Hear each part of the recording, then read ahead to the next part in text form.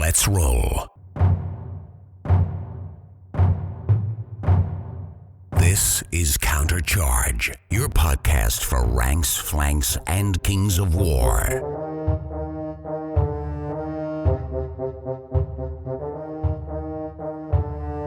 Join your hosts as they delve into the world of Panithor and bring you worldwide coverage of all things Kings of War.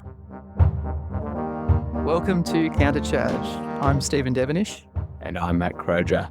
It is my great pleasure this evening to be joined by, the man who is currently, it has to be undisputed, the best 4th edition player in the world, because nobody has played a tournament as big, or defeated as many foes as this man in 4th edition. Welcome, Stephen Devilfish Devenish. Yeah, thanks, Matt. I don't know if I can live up to that reputation, but you've given a target on my back now.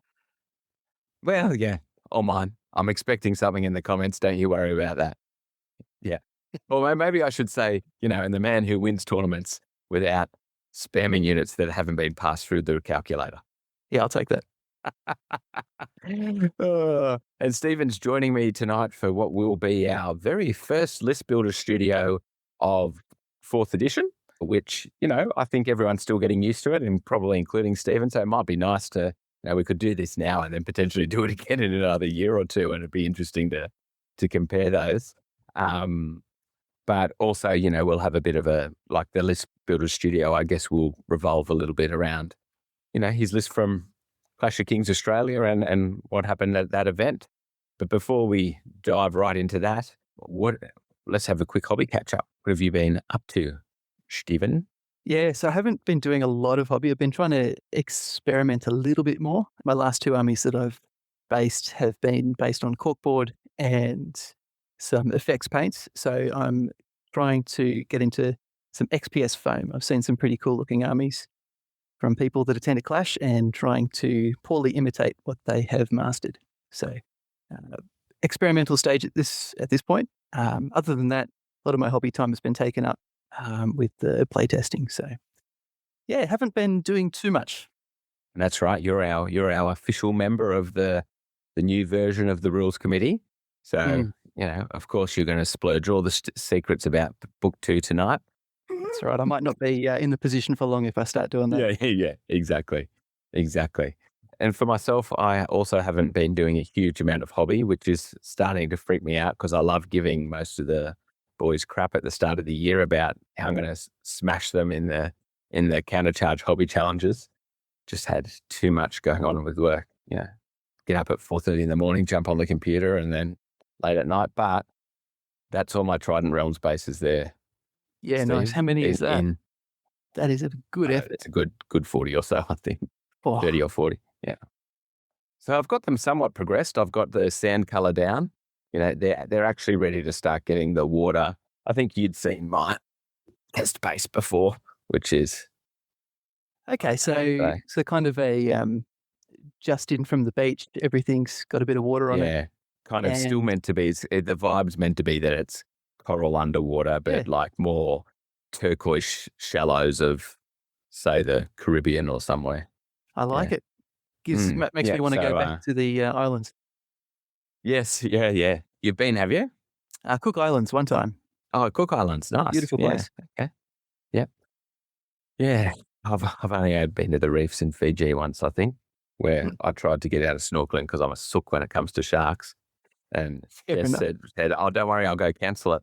And she went over and she came back and I said, "Did you cancel it?"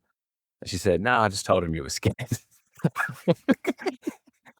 So we got on this boat and all these Fijian blokes are saying to me, "Don't worry, mate, we've only got friendly sharks in Fiji."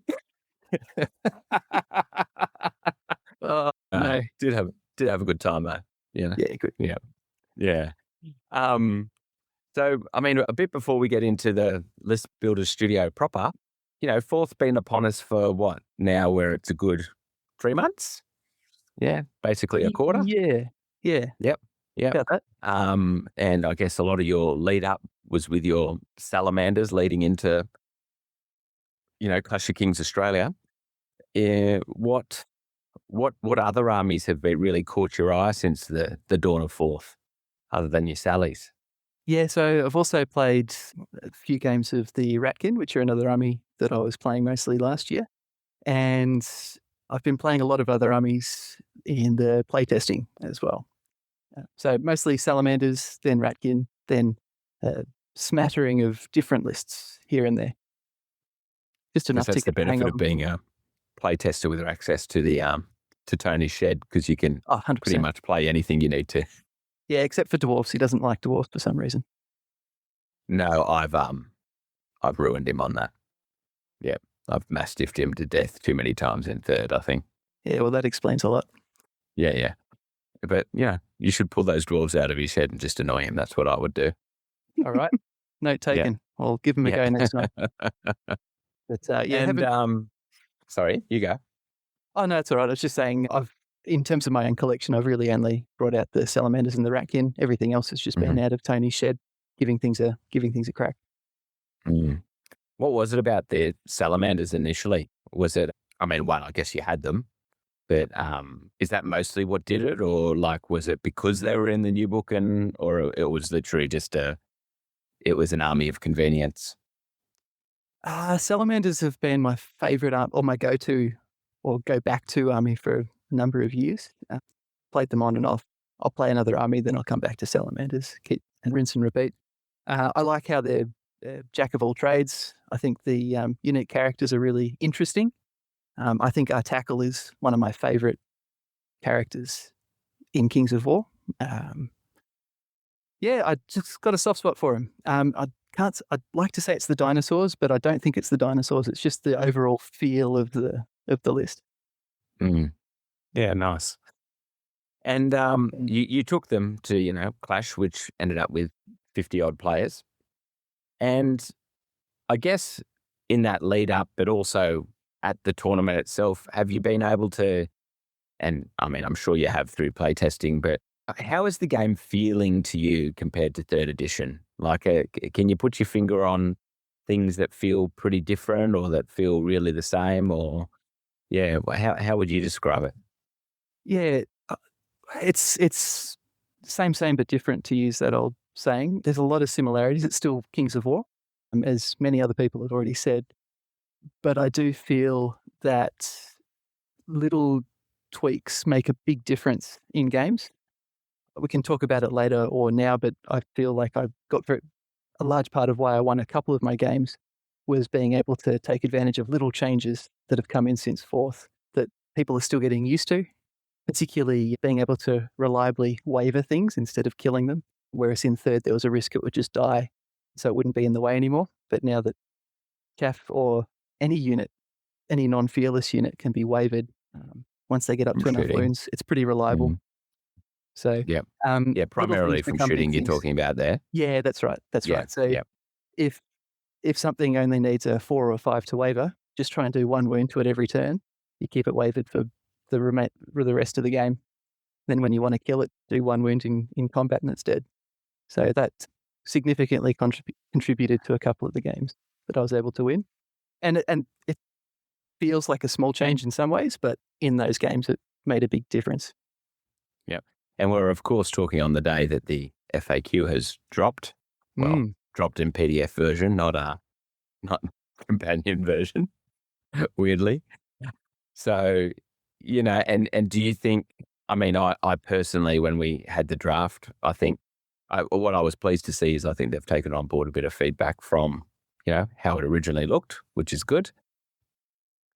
Was there anything in there that you think now that is clarified makes it some shifts even more significant in the rules compared to third?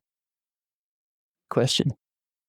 I've only read through some of the changes once, so the draft that I had has changed quite a bit. There's some extra things in there that weren't in there before.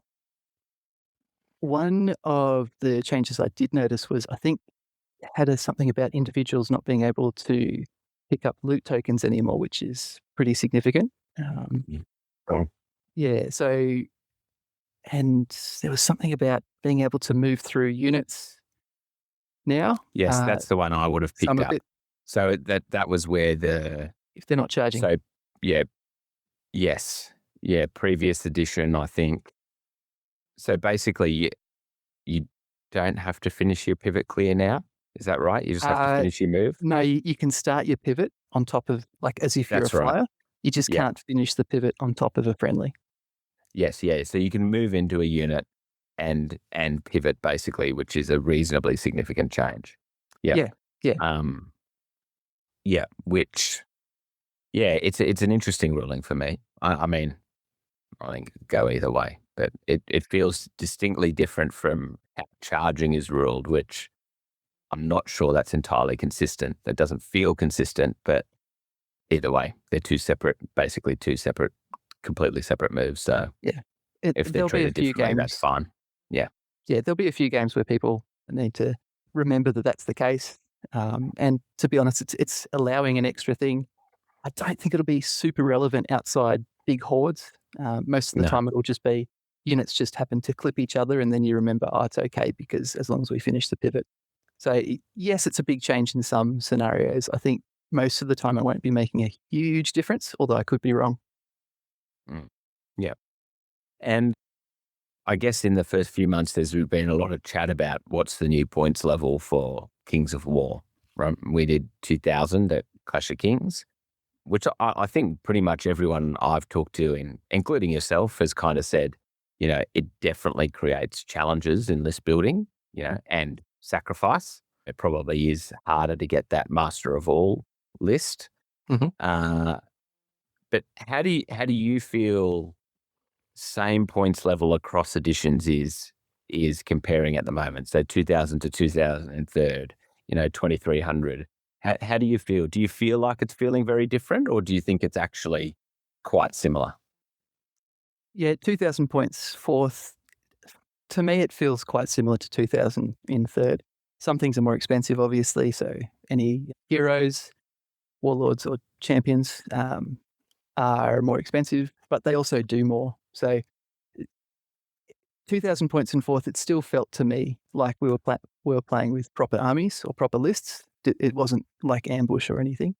So I was pretty happy with it. And you mentioned the challenges with smaller armies.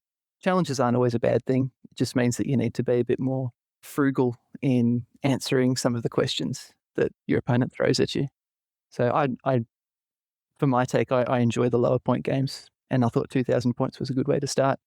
It's nice not having all the toys sometimes, because that means your opponent doesn't either, and you can throw some more challenges at them that they might not be prepared for. Nice if you're a balanced individual, Stephen. It's like, not all parts of the world are like that. Well, I mean, everyone can play what they want to play, but I find that if you take too much of one thing, you're exposing yourself to something else. Or you become too reliant on the units and you forget to play the game. Yeah. No, 100%.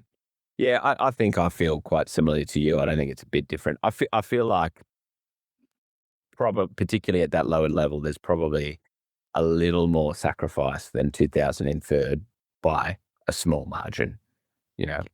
I think most armies in third could still get reasonably balanced at 2000, but it would be more like you miss out on an extra hammer or something, but you could still, When I was looking through the lists that I played against at Clash, 4 of the lists had 12 units. One of them had 13. One of them had 10, which is pretty similar to what it used to be back in third. So I don't think people are feeling the pinch. Maybe there's some more troops in there. I haven't done a deep dive into it, but it didn't feel hugely different.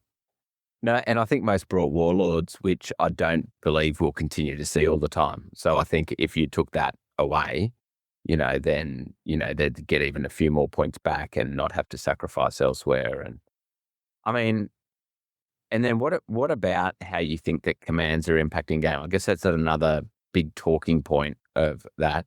I mean, I haven't had massive opportunity to play that many games, but to be honest, I feel like in the vast scheme of things, they're largely still remain not that relevant. Like the better ones used at the right time can be very relevant, but most of the time, I don't think it affects who wins the game more so than the general would win the game anyway. Oh, 100%. The player is the main one that determines whether you win or lose. The commands are relevant depending on the list. So some of the not full lists or the basic lists, some of the commands are pretty lackluster and they don't really add much at all yet. But even some of the full ones, like the salamanders, the +1 defense is nice occasionally, but it's not swinging games. Other ones like the ratkin, where they get the plague pots on dial every turn, is fantastic. So, and that can win games, because if you can just keep everything ensnared all game and be able to make asymmetric situations for you and your opponent, it makes a big difference over the course of a game. I mean, that's an excellent one. I mean, I guess certainly I probably mean too that in those basic lists, I've never felt hamstrung by having lesser commands. Do you know what I mean? That, you know, it still feels like my choices are what's going to win or lose the game, mostly. That might just determine if you take a warlord or not. Because if you've got good commands, you might want to have the 3 dice to cast them, especially if they're on a 5+. Apart from that, maybe you don't need the warlord as much. But yeah, it's supplementary. So what's your favorite command in the upcoming book? I'll tell you later in the year, Matt. Didn't get him. Good try. I do have a favorite, but I won't be talking about it just yet. All right. Well, with that, well, let's get into the List Builder Studio proper.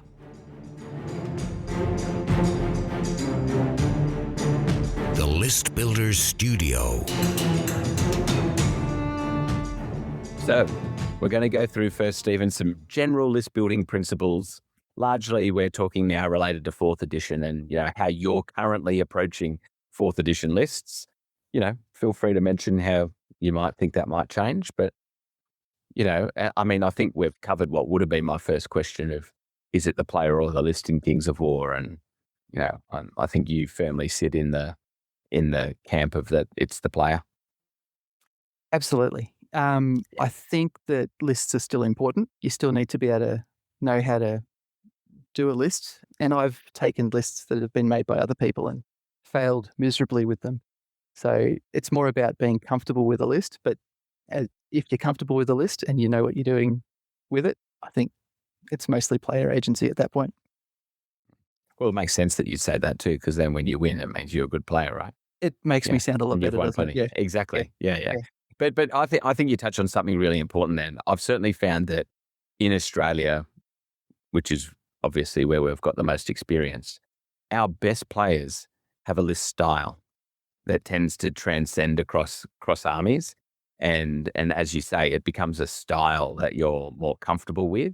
Unless, of course, I mean, I'm sure some people can, you know, you put enough reps in, you could change that style, right? But that you drift towards a style that you're comfortable with, and then you get good weather across armies of going, oh, well, that unit's similar to this and that fits in my style because of this. And that's how you become comfortable playing. Yeah. Absolutely. I mean, I think, you know, I think of the U's like you, Tracy, Paul Collins, Max, you know, you all seem to have a style that seems to fit you. And, you know, that Mike Crossman was the same when he was playing. You know, he had a very, particularly with 3rd edition lists, very unique style. And, you know, most other people, like you say, you pick it up and you go, what would I do with this? Yeah. Or you just certainly don't get it immediately. Yeah. I think I had, Owen was telling me after our game, I still don't know how to play this list. I tried to have a look at it before the tournament, but I couldn't figure it out. And I've also had that with lists that I've played against. I wouldn't really know how best to play them, especially with some of those surge lists. So, yeah, being comfortable with a list, making sure it's your list, not someone else's list that you've copied, and just trying to copy their results by copying their list. I think that's a trap that some players can fall into sometimes. But really owning a list, knowing why the units are in there, what their strengths and weaknesses are, what works. Can you recover from losing a flank? Is your list designed to be able to lose a battle to win the war, in the scenario perspective? Or is it more of a glass cannon and you have to go all in on and make sure you don't lose that? So all those in the game questions, you should know your list well enough going in ideally. And what tends to draw you to an army? So, I mean, for example, you mentioned that you keep coming back to your salamanders. What is it about them that brings you back, that tugs on the devilfish's heartstrings? Um, I am very much, there's a Magic the Gathering archetypes. I don't know if you know them, the Johnny, Spike, Timmy archetypes. I'm Yeah. very much a Johnny, which likes to find unique ways to do things. So if I see someone else playing an archetype that I enjoy, that might be the last time I play that list, because I like to have a unique way to do it. So to be able to win, sure, but to be able to win in a way that's my style. So that's important to me. In terms of what draws me to an army, for salamanders, I really like the heroes. I think I mentioned before, Artackle is one of my favorites. I don't know why. I can't really say that it's because of one thing or another, especially now that it scores. It's just a great all-round character that can put on a lot of wounds to big things. Firebrand's also cool. I like that the salamanders, especially in fourth, have a lot of options to change the lists based on what heroes you take. I think that's really cool. So I'm very much driven by what do the characters do and how can I make what they do into an army that I haven't seen before.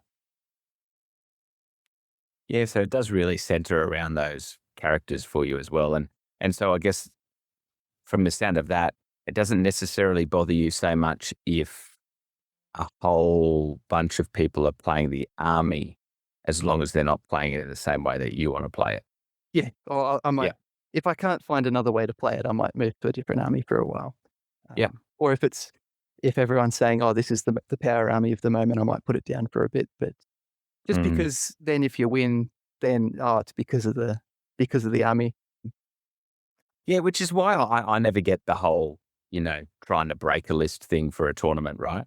Because I'm like, who wants to win and have everyone say, oh, it's because you spammed the best thing in the army?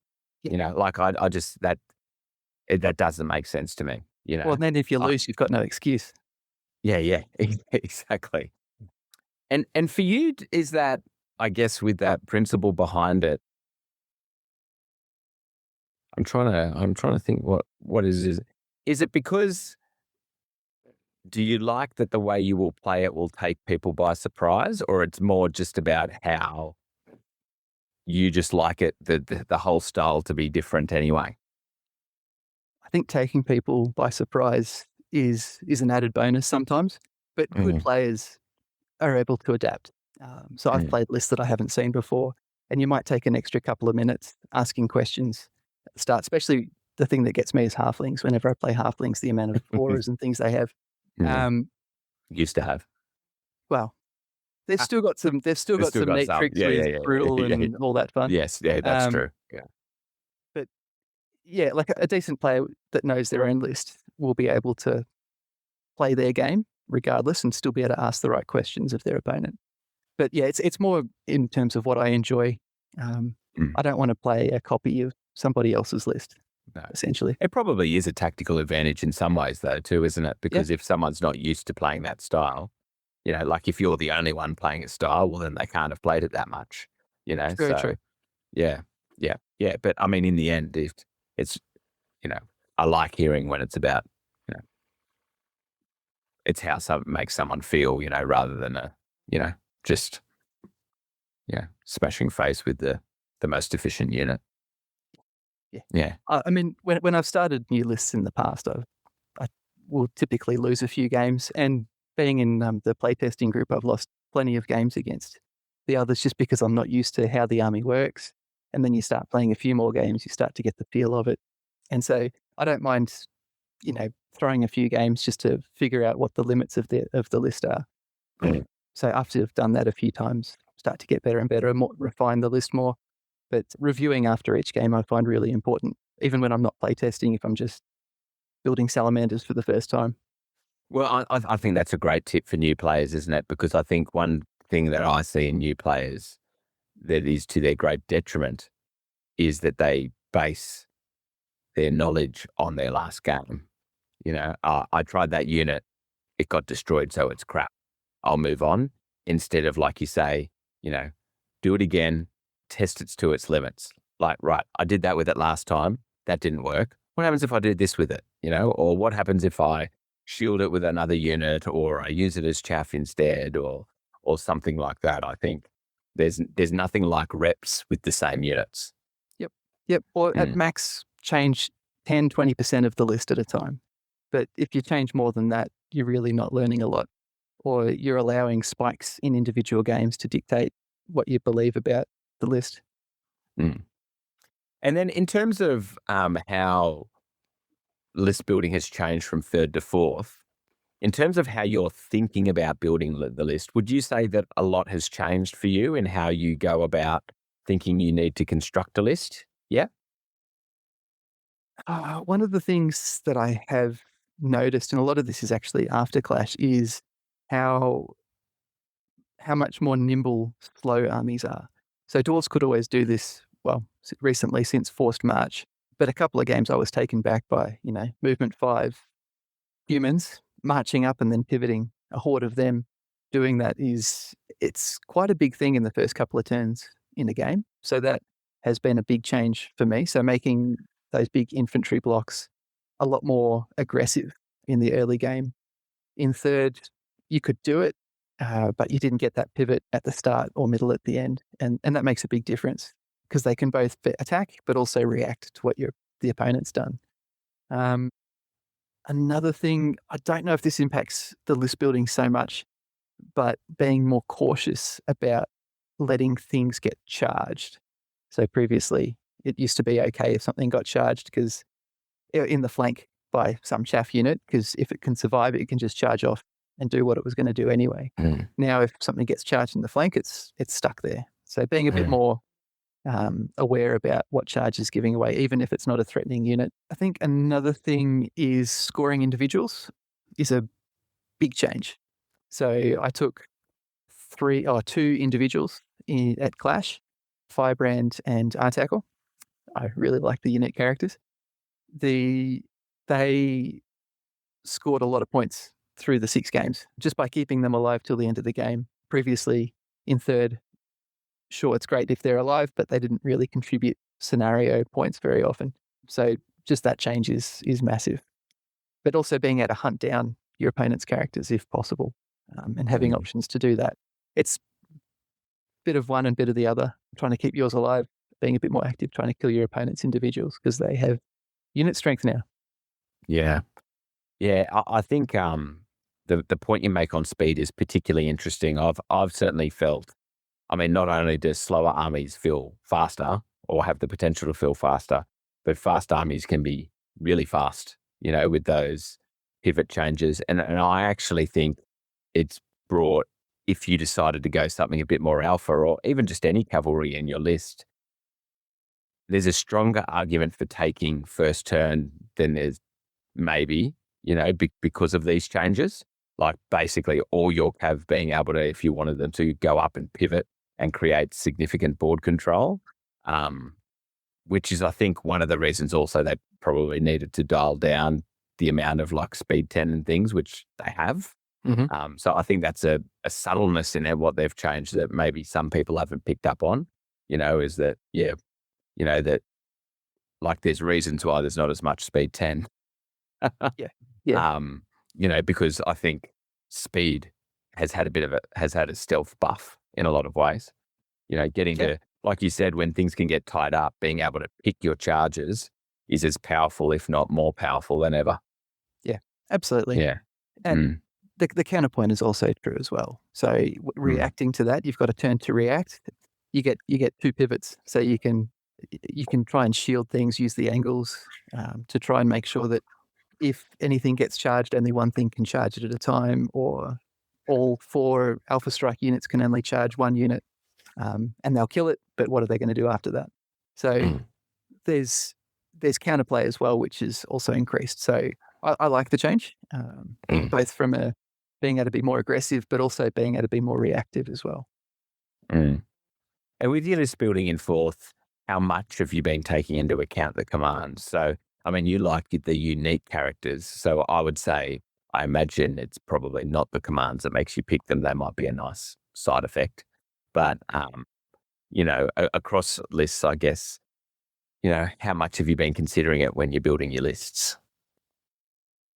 When I was playing the Ratkin, their two commands really only affect the Rat Pack, which made it Mm. harder to justify taking tech units or the tunnel runners or what are they, the nightmares or death engines, things like that, or at least acknowledging that they're not going to get any support from commands. For the salamanders, there's always something to do, even if that's failing to cast defense +1 every turn on by a champion. But at least you can give it a go. So yeah, it's a nice bonus. I did keep 2 prime regiments, just because that they synergize better with more commands in the salamanders. So they can get the life leech, they can get the fireball, and defense 6 is pretty nice on them too. So they've just got a few more synergies, able to take more advantage of more of the commands. Whether it's worth it, I don't know. They did all right though. Yeah, I think when you've got a really good command like, defense +1, I think it's worth trying to get it. Yeah. You know? Oh, I'm Yeah. way too optimistic sometimes. I think there was a couple of Yeah. games where I just spent the whole time trying on 2 dice to roll 2 4-ups and failing each time. Yeah, but But- that's also probably because the rest of them are so ordinary. Do you know, like it's Yeah. just, it really is the standout command of the bunch. Yeah. That not only did they get one less than the other book armies, but then, the rest just, they're nowhere near it. They don't have anywhere near the potential that the defense does, Yeah. Mm. Getting 1 or 2 wounds back from life leech or fireball, which is really only useful if you're not marching at the double up. Mm. There's a lot of times where you just can't use the others. Yeah, 100%. Okay. And then what about, I mean, you've mentioned that you have a style where you like to be playing the only style, but I guess across lists, do you have foundational concepts that just work for Stephen that are like, I like to have these things in my lists no matter what? Yeah. Yeah. My way of playing Kings of War is very much based on push and a pull part of the armies. So that would be the first foundational concept is looking at an army, making sure that I've got elements that can do either of those or preferably both of those in different situations. So pushing being more like moving up the field, putting direct pressure on to claim tokens or scoring zones or pieces of terrain, things like that. And pulling more being tempting my opponent to come to me. So by short or mid-range shooting or putting on delaying tactics, finding out where most of their army is and trying to neuter most of the army with less of my army. So pushing and pulling elements or units that can do that. Neuter. Yeah. So our tackle takes off their tackle. Yeah, you've got it in your own way. Yeah. I mean, my experience too is you quite like a dual purpose unit, I think. Oh, very much so. Yeah, in as long terms as it's of not too foundational expensive. concepts. And yeah. And I guess, I mean, which doesn't fall outside the push and the pull, right? But when they're dual, they do the pulling and then can do the push once you're close enough. Yeah, pretty much. And it also yeah. means that I'm not too stuck in deployment if I've put my ideal pull unit in the wrong position. It can act as a push unit in a pinch. But so the best pull units in the list that I took would be the Corsairs. They've got that 18-inch shooting. They can come up a little bit without putting them into threat range of charges from most units and really be saying, well, I'm just going to be shooting you every turn until you get into combat. So they create that sense of urgency. So most shooting is like that. You're saying to the opponent, I'm just going to keep shooting you if you don't engage. And then the push units are more like being able to march up your primes and put them in a dangerous position, but so that they probably won't die from a charge yet. And then having fire elementals or greater fire behind to really put the pressure on that way. So a push and a pull aspect. Another, what would you call it? The foundational concept you called it is I don't like to get to a scenario or see an opponent's list and feel like I don't have any hope of winning the game. Like it's okay to have a disadvantage. I don't mind that occasionally. But I like to take a mix of units so that I'm never going to come onto a table and say, I don't know how to win the game. So taking a mix of units is something that I will always do, or a mix of different ability units. So greater fire elemental hits like a hammer, doesn't die till much stuff. So it's really that can opener. And then I've got R tackle, great for if there's a dragon, can just make sure that the dragon can't land behind the lines. So something to answer different questions that different opponents ask. And I think you've basically answered like how much meta affects your list building, but it's like, I mean, you've answered it in a way that you will take a list style, like can be influenced by the meta and what other people are taking. What about what goes in your list? So like if you were seeing locally that people were doing a bit more shooting spam, would that change your list building style? Like how much do you account for what you predict you think that people will take? Yeah. This actually happened to me. Played a game against Max K. So our local area doesn't take a lot of heavy shooting. And I played Max's elves and he absolutely shot my rats off the table. This is last year. And I went back to the drawing board on the rats. I was thinking, okay, I can't take too many of the nightmares because against this kind of list, he's killing one unit a turn. So I had to go back to the drawing board a little bit and figure out some ways to look after the units a bit. So yeah, absolutely. The meta does change what I take. Often it might take 1 or 2 games of losing and then making some tweaks to improve how I answer that. Sometimes it might make the list weaker against other things, but as long as it's got a decent chance against any list, I'm not as worried. Because again, as long as the list has the tools, how a player uses it is much more important than how advantaged or disadvantaged the list is, as long as it has some ability to compete. Across so many aspects of life, doesn't it? Absolutely. It's not just about the tools, it's how True. you use it. Wow. Yeah. When you put it like that, thanks. Yeah. Exactly. And when you've written your list, so you've mentioned, sometimes it takes a couple of games of losing before you kind of think about what's missing. But do you do a bit of a mental checklist of what it does need to be able to handle? Like, do you sit back and go, right, if I've written my list now, could it handle shooting? Can it handle loot scenarios? Can it handle objective scenarios? Can it handle board control scenarios? Do you do a checklist of like particularly all the tournament-based things? I mean, obviously there's different ways to play the game, and like you quite enjoy the competitive aspect, So like I'd imagine most of the time your list building is, pushing in that direction around like what I might get to see in a tournament. Yeah. Do you have that kind of checklist? Kind of. It's not my main priority. I think I mentioned before, the first thing is the interest in the units that I'm taking and making them work. And that's one of the reasons I love Kings of War so much, is just because it's a balanced game where if you take a good mix of units, even if they're not the so-called power units in the game, you can make them work.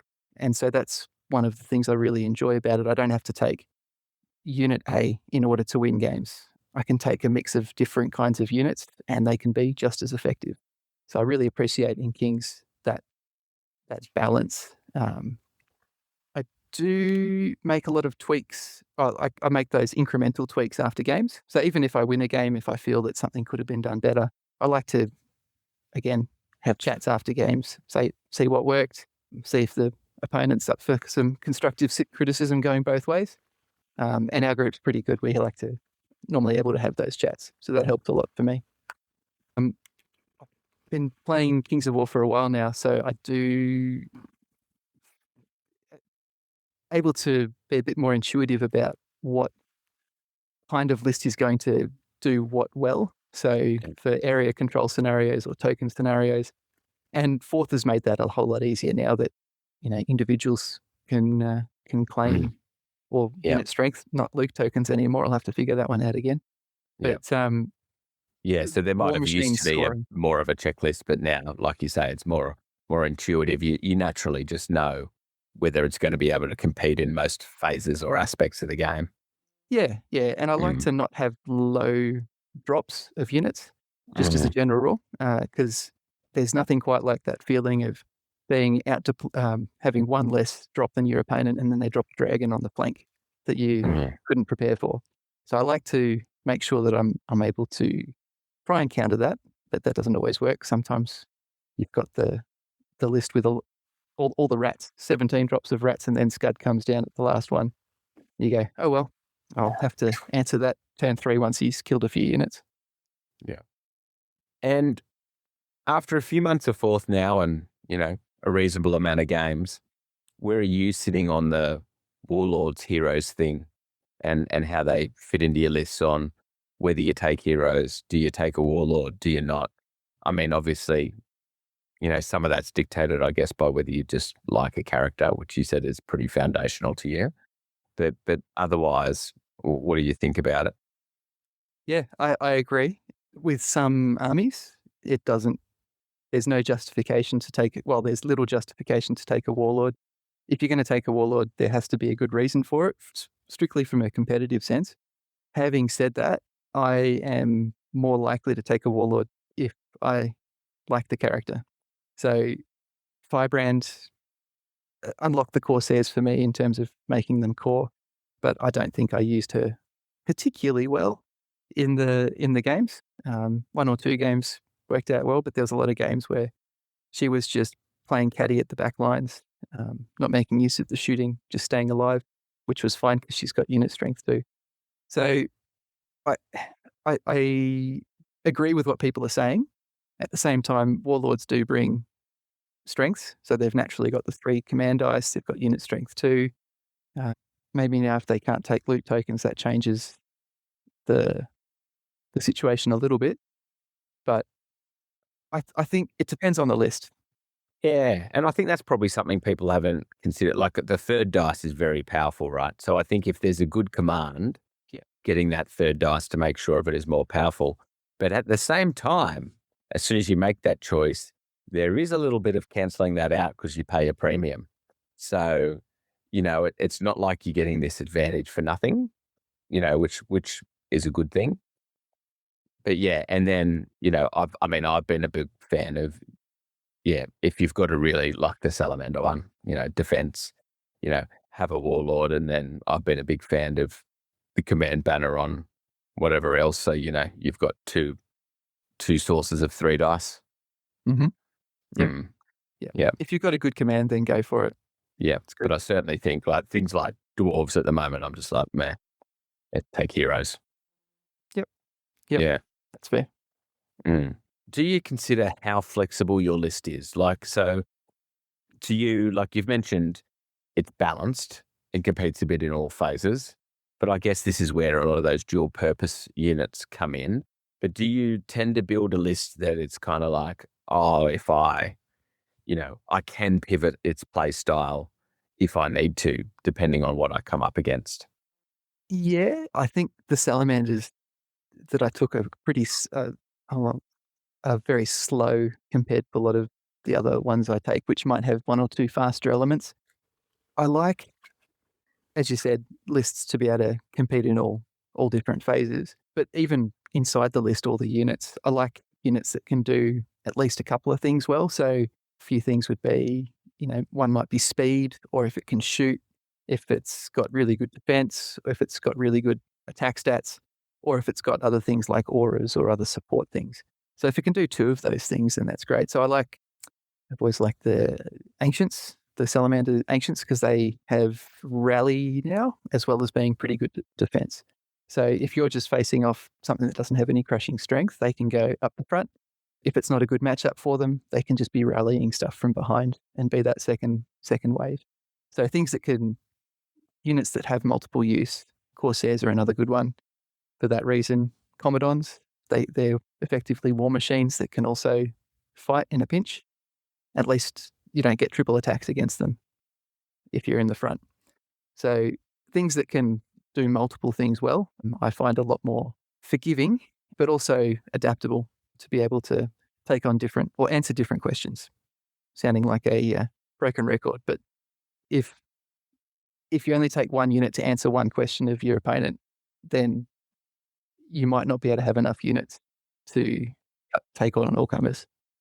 Yeah, so I guess that plays into our next what was going to be my next question is, like, how much does its role affect list building? And, so like, I mean, what you're alluding to there is, it might not be enough to have, one unit doing that type of role that you need.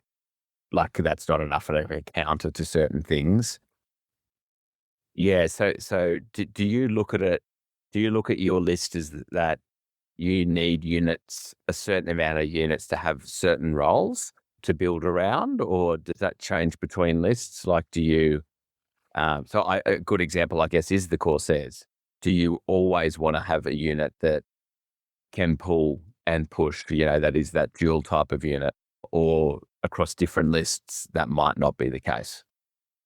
Yeah. And I think that's one of the reasons I like Salamanders is because they have so many units that can both push and pull. Other ones, I'm trying to think of some other armies that I've played. Ratkin are a little bit more straightforward, especially at the moment, in terms of you've got hordes, you've got some shooting. The units are a bit more clearly marked for what they do or do well.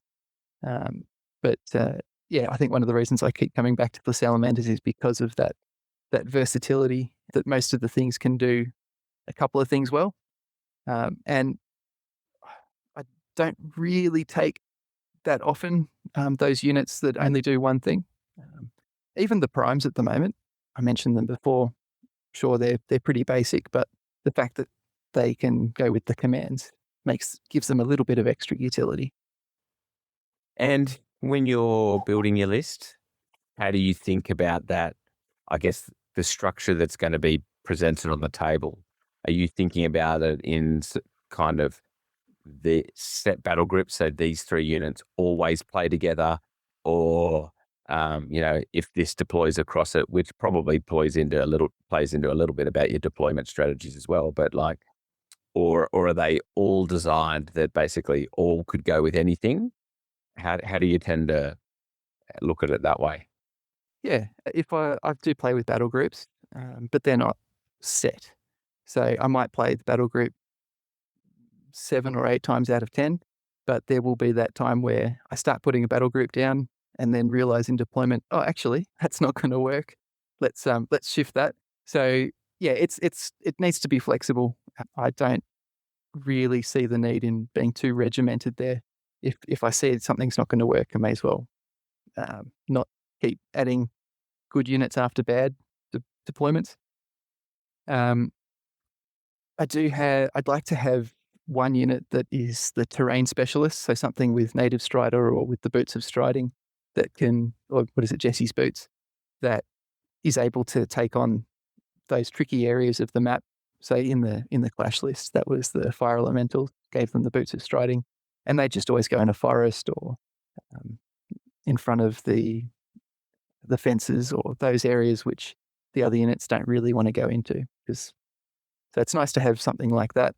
Most of the rest, I tend to play a little bit more reactive. So I like to see what my opponent's doing and then try and answer the questions that I think they're going to be asking through the game.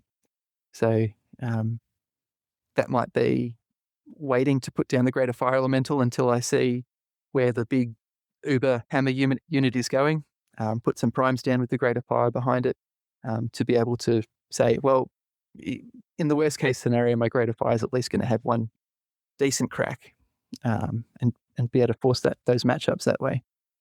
So most of the list is pretty flexible. In the Salamanders, the Corsairs and Firebrand are pretty much the only mostly set battle group. With the other lists that I play, it depends. So if an army has a lot of healing, I've played a couple of those different armies, then obviously you need the casters. I need the casters to be close to where their main targets are going to be. In a sense, it depends, but I like to try and stay a bit flexible. Mm.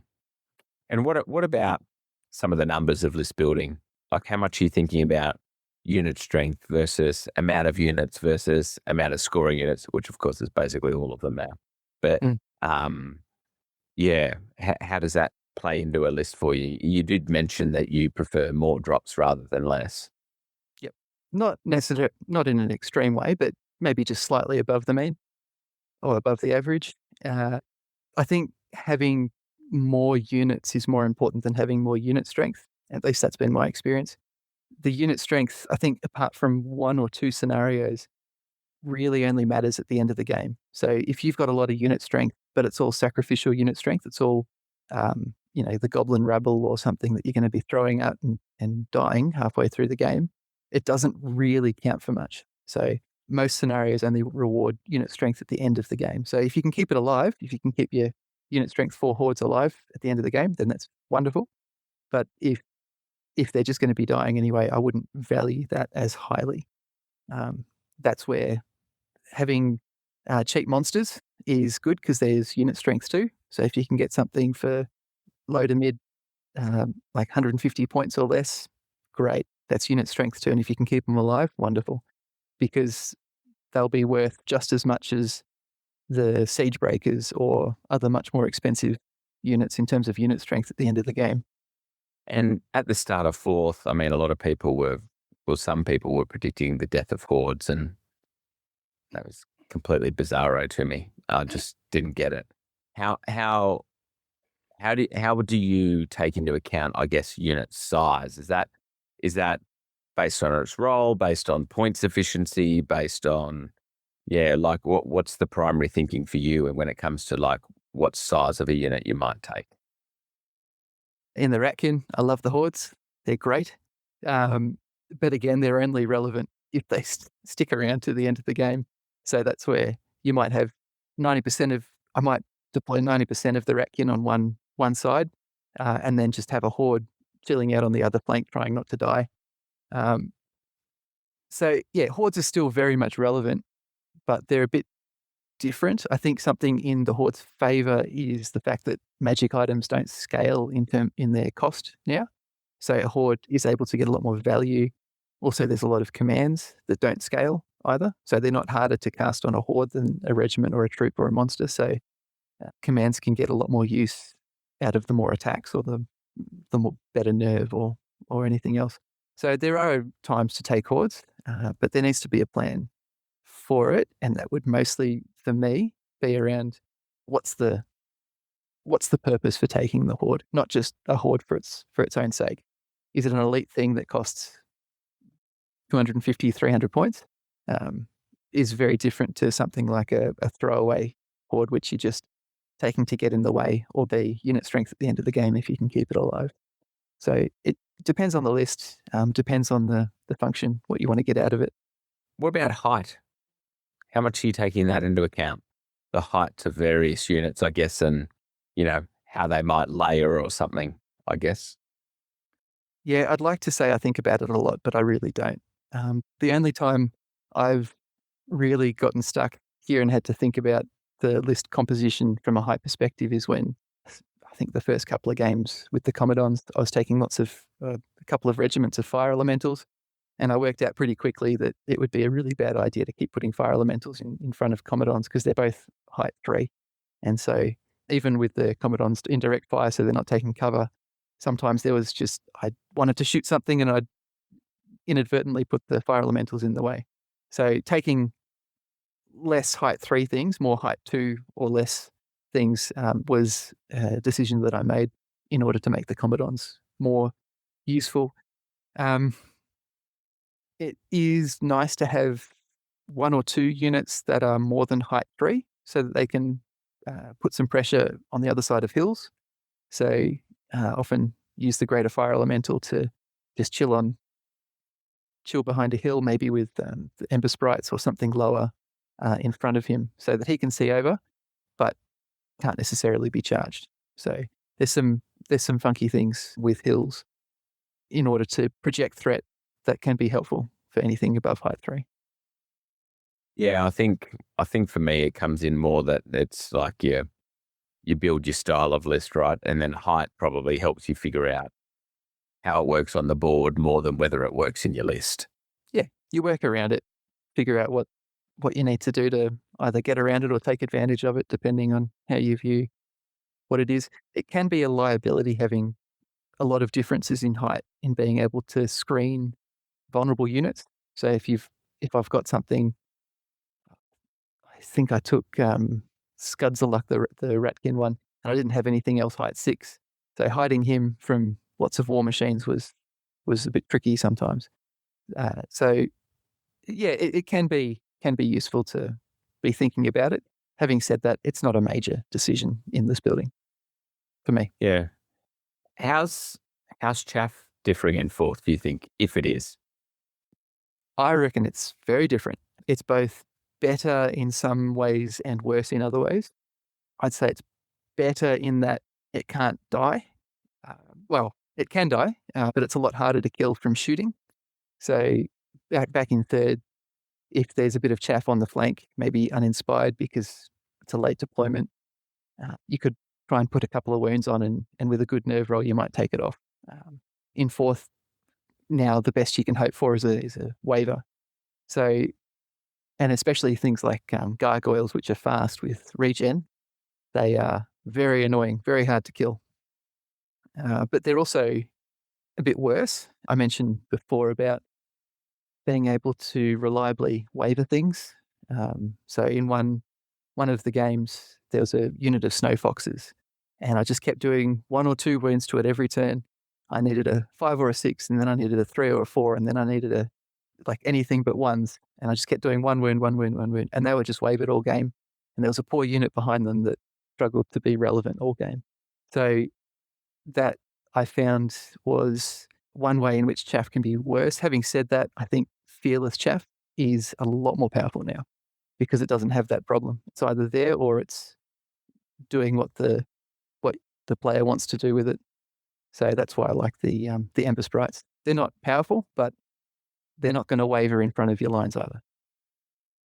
Yeah. It's. I agree with you. It feels completely different, but completely the same at the same time. It's just the sticky combat changes so many things. From chaff to flanks to like preparing for 2 or 3 rounds of combat instead of 1. Mm-hmm. I think that's the singular biggest change in the game. Do you think that yet has made it into your list building, that preparing rather for the 2nd and 3rd round of combat rather than the 1st? I think it should, but it maybe hasn't as much as it should have. I have been caught out a couple of times where I realize, oh, this is a big combat now, and I should have thought about this last turn when I could have moved some other units around, especially when things are locked into combat. They can't, if I've got one character, say, that's had 2 things charge it, I can't really do much to reform or to move that character, and they're going to get flanked next turn.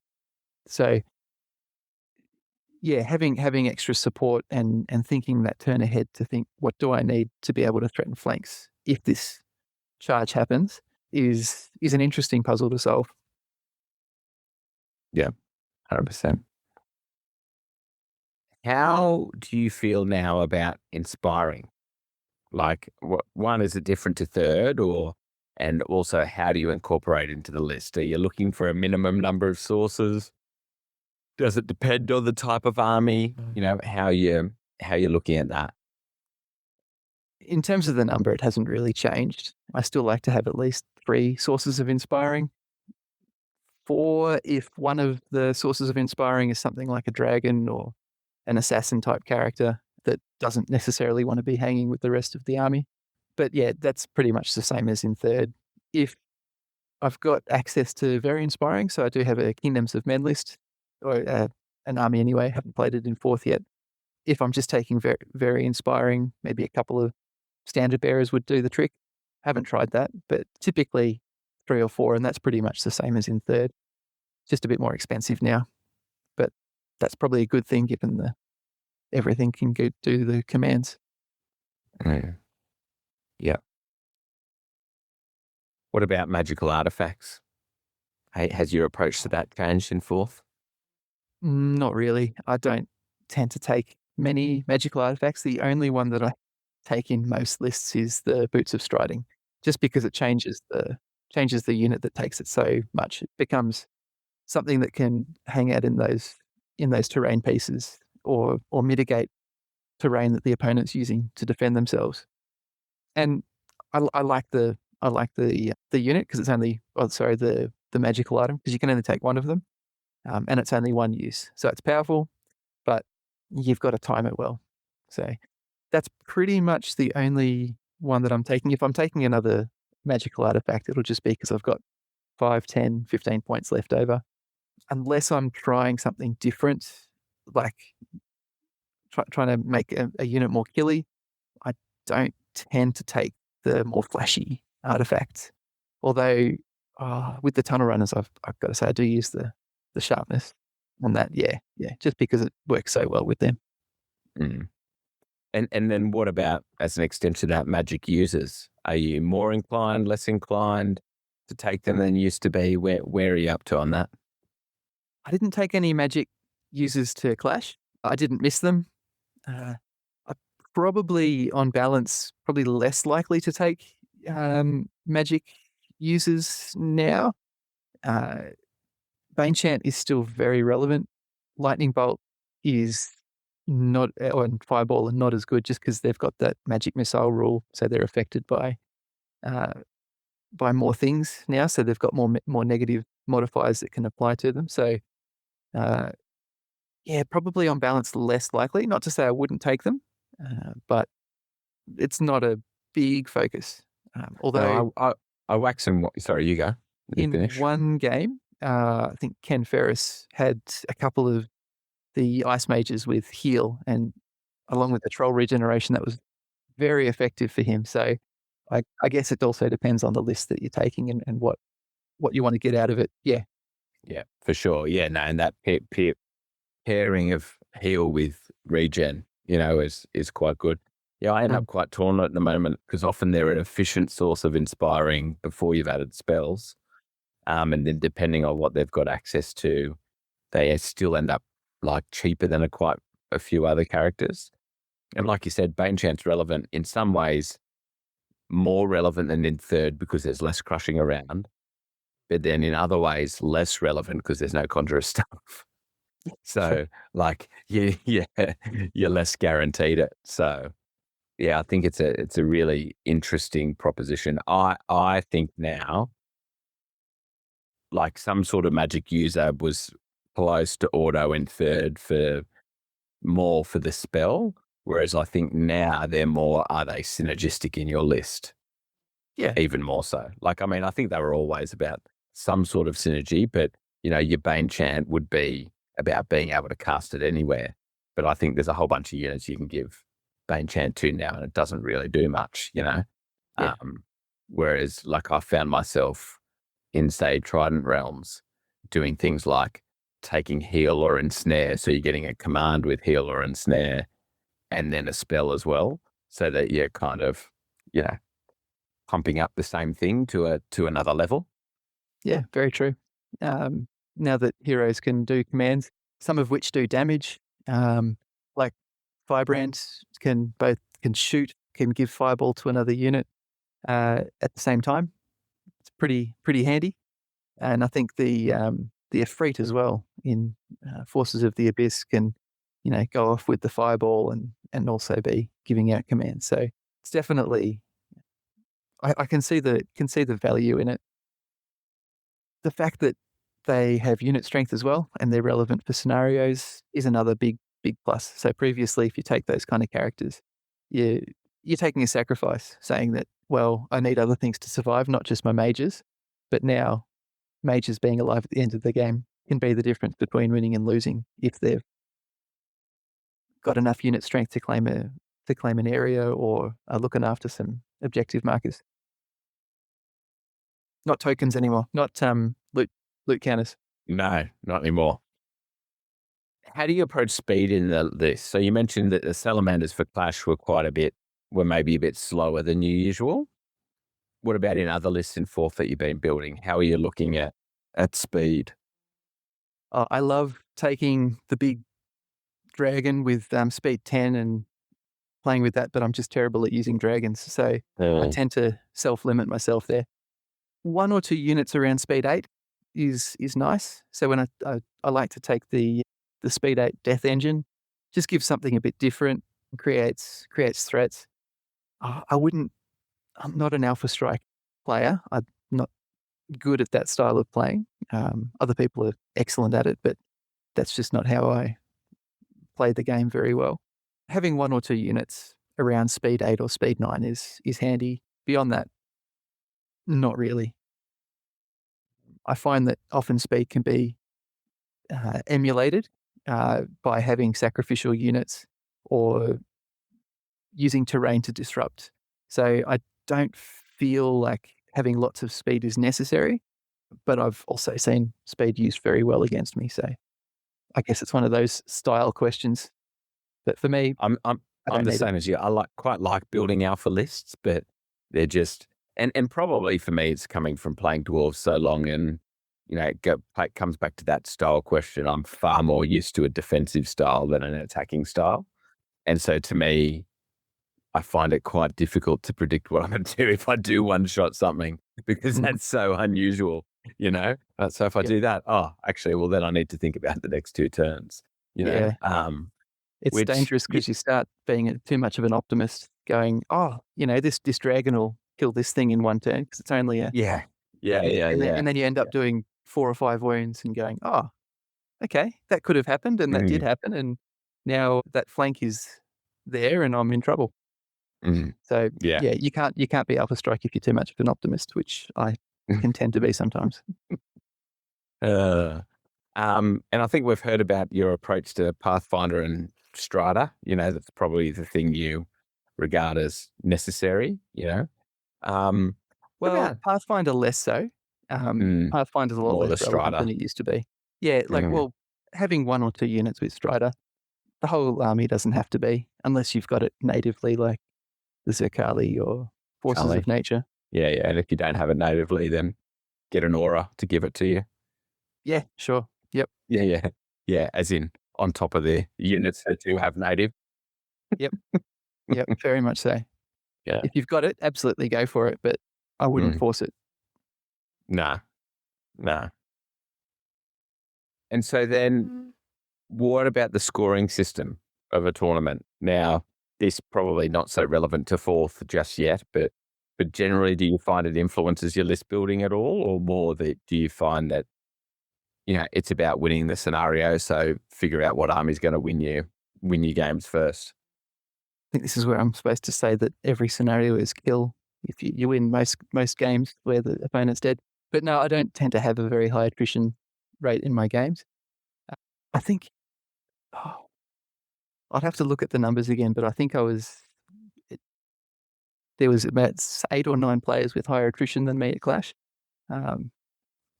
But yeah, I think if I'm taking a well-balanced list, and now that characters can score, I think most scenarios are doable. Just got to stay flexible. So if I'm playing Dominate, or if I'm playing a token-based scenario, not being too regimented in my thinking, and having units that can do multiple things as well to fill gaps. Like I can march up the Corsairs if I want to. They're only 140 odd points, and it's not the end of the world if I use them as the front line instead of the pull part of the army. So yeah, having that flexibility helped to be able to adapt to different scenarios. And then, do you feel like your process changes much according to points level, or do you feel like pretty much the theories hold? It's just a matter of what the specifics of construction will look like. Yeah, it doesn't really change too much. The same core questions are, am I able to answer the questions that other the opponents are going to have some push or have some pull or some units that can do both. The list size doesn't really matter until you get down to ambush level where you can really only do one or two things. What do you think, in the Devilfish's opinion, is the most overlooked thing that impacts successful list building? I like this question. I think there's a lot of players that are chasing success by copying the styles of other good players. And I think they'd find a lot more success if they take things that they enjoy taking and practice those and own their own skills and find what their own style is. Towards the start, you mentioned some really good players like Paul and Max, Luke Schaefer as well, another very solid player, who they own the style that they own the style that they take, and that works for them. I wouldn't necessarily be able to play their lists, and they might not be able to play mine. But I think players, when they're trying to get to start winning more games, it's an easy trap to fall into, to copy other people and try and emulate that success. But if I tried to play a bunch of Alpha Strike, I probably wouldn't be able to do a very good job of it. So I guess being patient, review the games and make tweaks is more important than copying a list that you think is powerful in someone else's hands. That would probably be my overlooked thing. Focus less on the list building from other people and work out what you like to do, because Kings is a very balanced game for the most part. Still needs some thought put into it. But if you're willing to tweak your list and own it over time yourself, you'll find more success in the long term. Mm. Yeah, I like the idea of owning it. Nothing annoys me more than like the people that go, "Oh, I'm going to take this list so I can prove how broken it is." No, well, own the fact that you just want to win, because at that point you're doing no one a favor but yourself, because you're just ruining the games for all your opponents by, trying to prove some insipid point, Yeah, I don't know if I'm going to add a comment to that, Matt, but yeah, we all want to win, don't we? And we all have different ways to express that. Yeah, some people just need crutches, others don't. I'm not going to lie. I take good lists. I don't take crippled lists. But that looks different to different people. If you're taking 8 or 9 of the same unit, then that's sometimes stretches the friendship a little bit. Yeah. There's level of crutches too. Sometimes crutches, you still need to do some hard work. Other people are on electric scooters, What is the most important question that a new player should be asking during list building, do you think? I'm biased here. What kind of list do you enjoy playing? Do you see yourself as somebody that wants to ask a lot of questions of your opponent? If so, maybe start off with something really fast or something that shoots a lot or is able to set up and be really aggressive. Or are you the kind of player that wants to be able to react, in which case you're probably more looking at a mixed arm style list. Are there any units that you particularly enjoy? Then look at some synergies around how that can work into your list, because pretty much any unit in the game can be made to work or to have good synergy built around it. So instead of chasing wins straight away as a new player, work out what you enjoy. Try and find a group that you can play with that is able to take the time to review games afterwards. Bonus points if you can have someone that can talk you through the game if you're really beginning. But ultimately, don't be afraid to lose a few games and refine your lists and your style from there. Work out what you enjoy, find a really good player to play against like Steve, have him cave your teeth in a few times, and then you'll know whether do you really enjoy that style or do you want it to be more competitive? Yeah, or I mean, you could also do co-op games as well. So, you're playing the game while you might have a coach on the side saying, "Hey, have you thought about doing it this way?" When I was starting playing Kings of War, I played pretty much all my games on Universal Battle, and I played a lot of games like that. So I would be playing, and then you talk through the turns as you go. And on Universal Battle, you've got the brilliant undo button. So at the end of the game, you can just spam the undo button and say, "Remember when this happened?" what if we'd done it this way? So being able to review a game is hugely important. God, it feels a long time ago, doesn't it? Those days when we were all on Universal Battle during COVID, and yeah. And do you think your list building process has changed much over time, or do you believe it's been held pretty stable? The ethos has been the ethos. I'd like to think that it's developing. The core of it is the same though.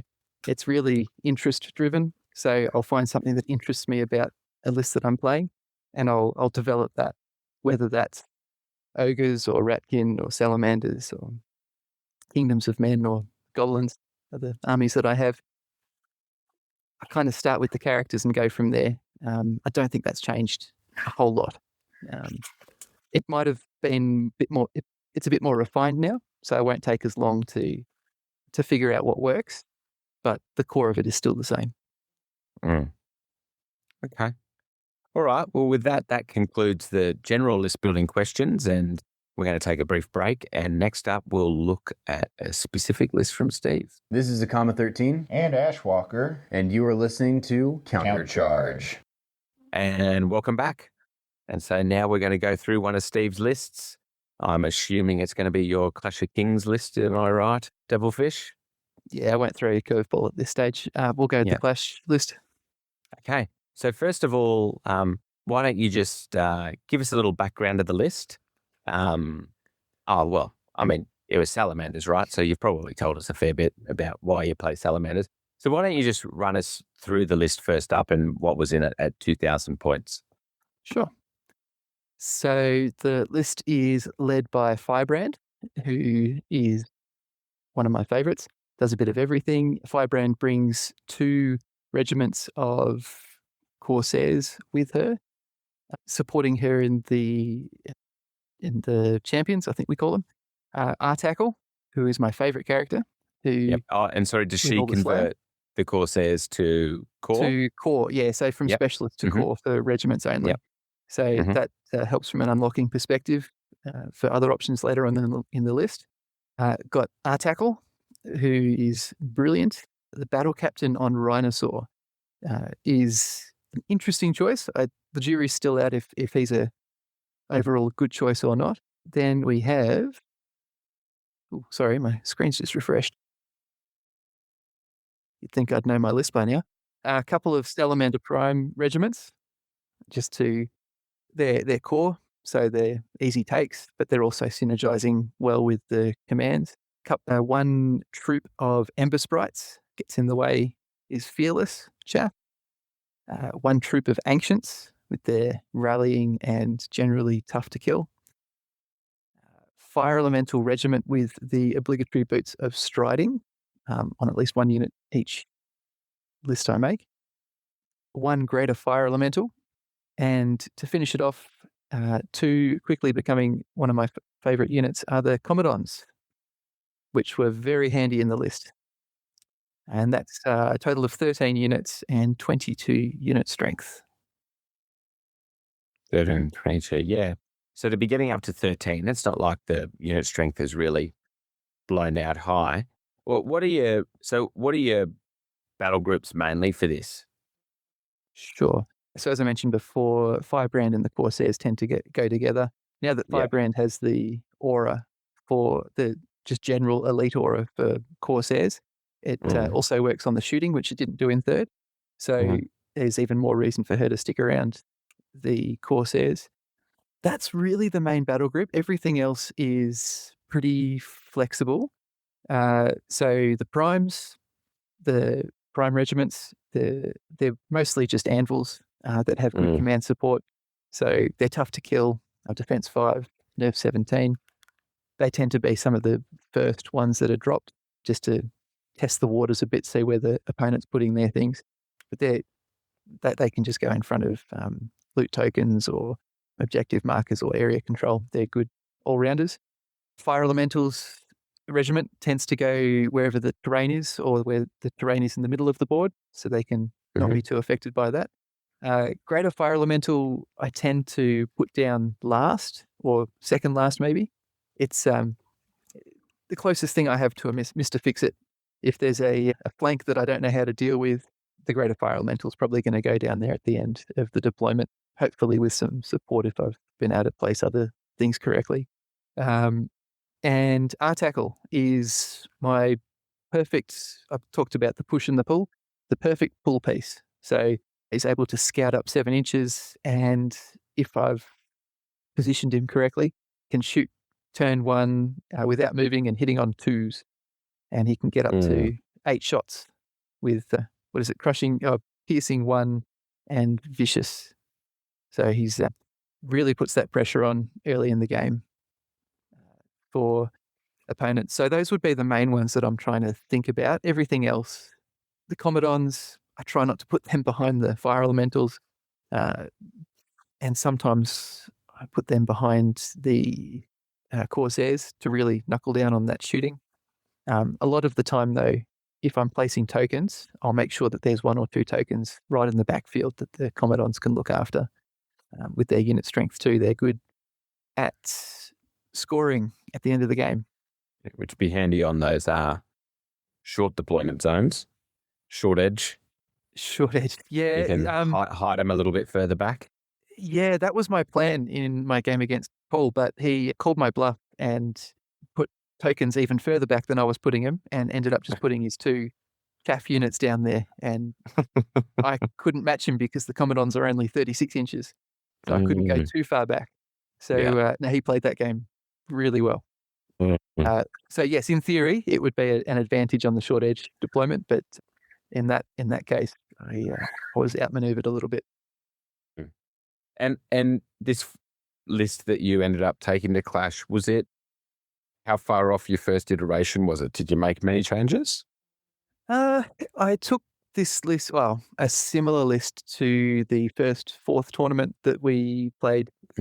What was that? Around years. Yeah, HawkCon. Yeah.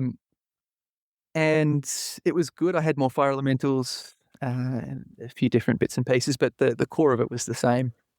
Mostly what I added was the Commodons and the Battle Captain on Rhinosaur. Love the Commodons. Battle Captain on Rhinosaurs. He's nice, but can probably think of a couple of other things to put in his place. So yes, there's been a few renditions. I've been playing Salamanders on and off for a while now, at this point I'm reasonably comfortable with them. I wouldn't say the list is refined in a strictly competitive sense, but it was able to compete, which is all I really want it to do. And so what did you find that this list construction did really well versus, maybe what it struggled with a little bit more? Sure. The one game I lost was a lesson in what it didn't do well. Defense 5 stealthy units everywhere was not a good matchup for it. So the list works by putting a lot of pressure by shooting, mid-range shooting, and being able to waver units at a whim. Stealthy goes a long way to negating it, and Defense 5 Commodons don't like stealthy, and they don't like Defense 5. They're in the piercing 1. They love low defense things that they can hit on 4s. So yeah, it was a poor matchup, but I wouldn't say that's why I lost. The Paul is an excellent player who nailed down his advantage really, really well. So that was a very tricky one. Anything that can outrange. So I've found elves are a tricky one because they have their hordes of shooters that can. I've got 18 inch range from the Corsairs and a few things. The 24 inch range bows with their speed 6 means that they're able to close in but stay away from me more easily, with also support from fast cav and Dracons and things like that was another tricky matchup. So anything that was slower or with lower defense, I was able to pick apart a bit more easily by, first of all, shooting, but it's not just shooting, it's then closing in with the combat elements. Or if they get into the shooting, Corsairs aren't terrible in a fight.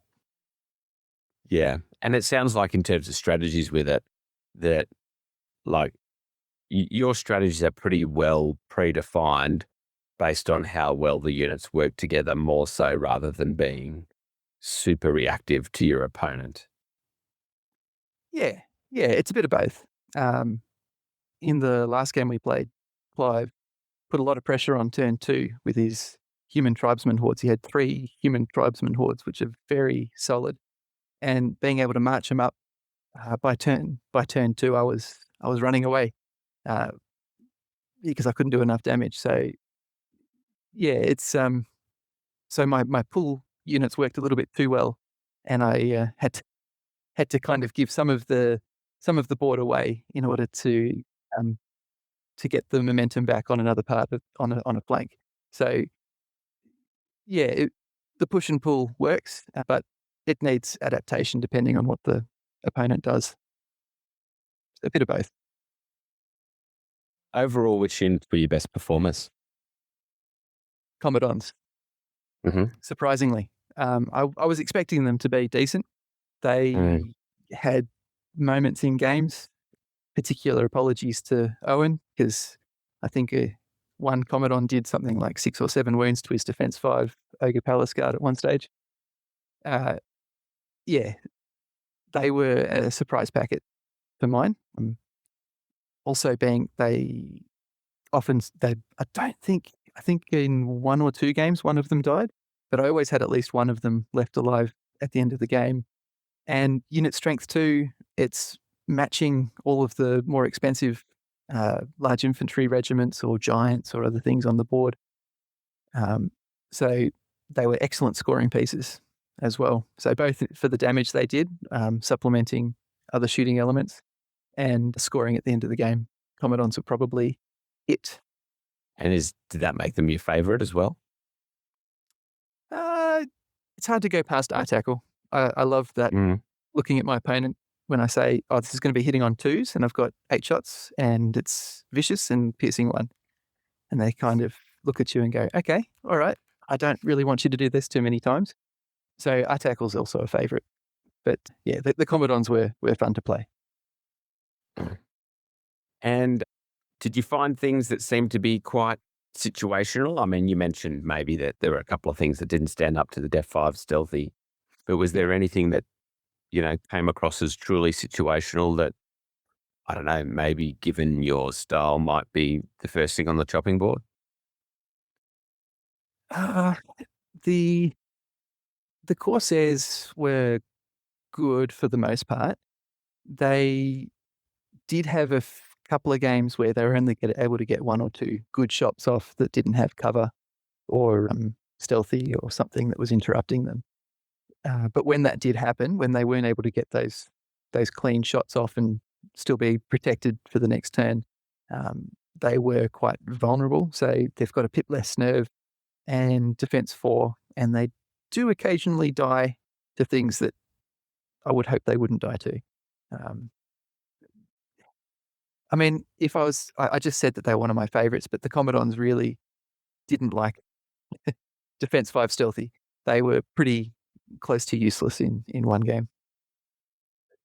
I mean, 1 game out of 6 is not too bad. All right. Well, is there anything else you wanted to say about that specific list before we move into the final segment? Not really. If I was to redo the list at this point, I would seriously consider putting a Mage Priest in with Bane Chant and Smolder, the new Salamander spell. Smolder, really? Yep. Yeah. Is that because no one else is going to take it? Yeah, you got me. Partly, but I'd love to see what a Mage Priest can do. And the Battle Captain on Rhino didn't really do as much as I was hoping. It's amazing how many times you roll 1s and 2s on his charge, and he does maybe 2 or 3 wounds. So he's not cheap, and can probably get better value elsewhere. Although I think in the end he's ended up the same price as in 3rd. Is that right? Or maybe slightly more, but gained expiring. What is he? Yeah, he's got inspiring now, which is a big plus for him. Yeah, 160 points. So he's that's round about right. I think he was 150 without inspiring in 3rd. Yeah. The fact that he can do a lot of sneaky things, he has inspiring, which he didn't have before. He gets flanks and rears, which like our tackle and firebrand don't get. So he's good. He's the top speed as well at speed 7 for the list. So there's reasons to take him. All right, well, let's move into our final section, which is going to be our traditional for the List Builder Studio, our rapid fire 10 questions.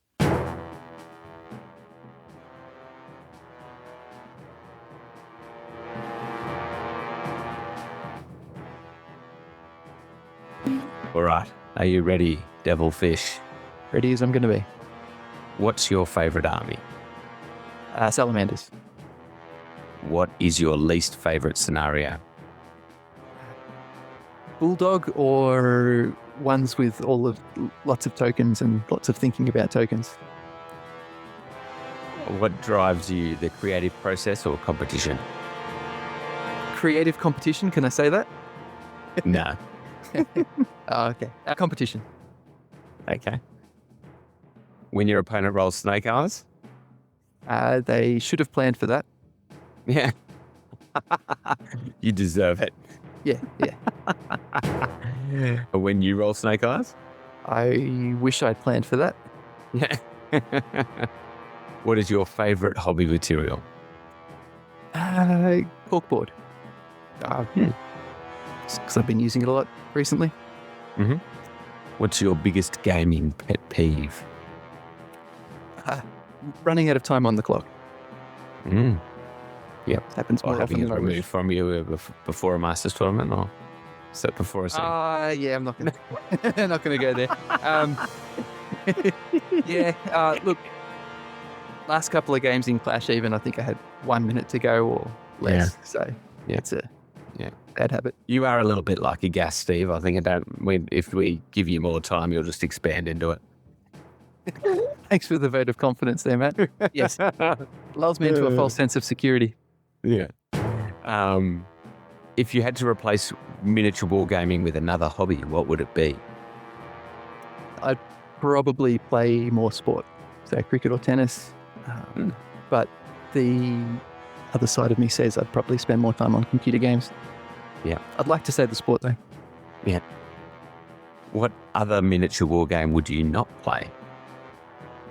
I don't know what they're called, but any of the games with lots of tokens or where you have to mark down where units are at on a sheet of paper as you're playing the game. Or I think it's still the same way, games that are a little less balanced where you can't take things that are interesting to you, like Warhammer. I don't really have an interest to go back to needing to take particular units to be competitive in games. Okay.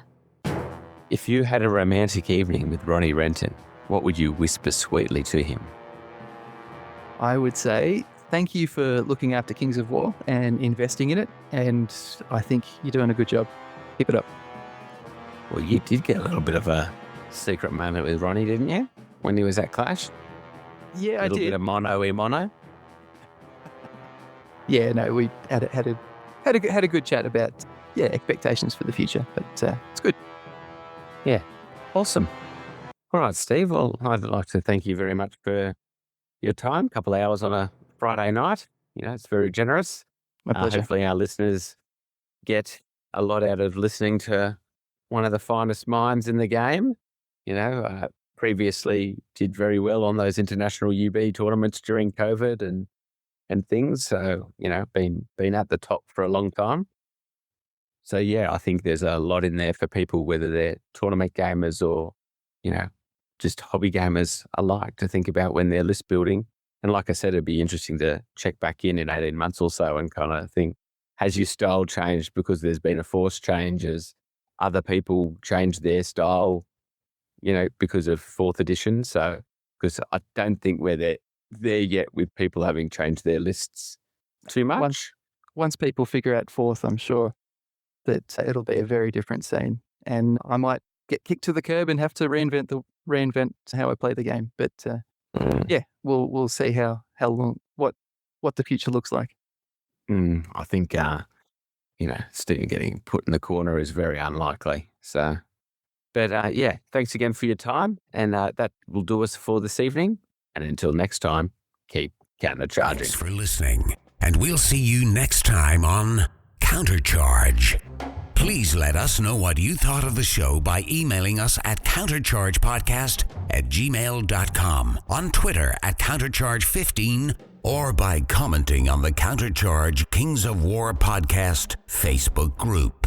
If you enjoy the show, you can help others find out about it by leaving positive reviews on iTunes. Until next time, keep countercharging. Music is a composition of Kevin MacLeod and is licensed under Creative Commons.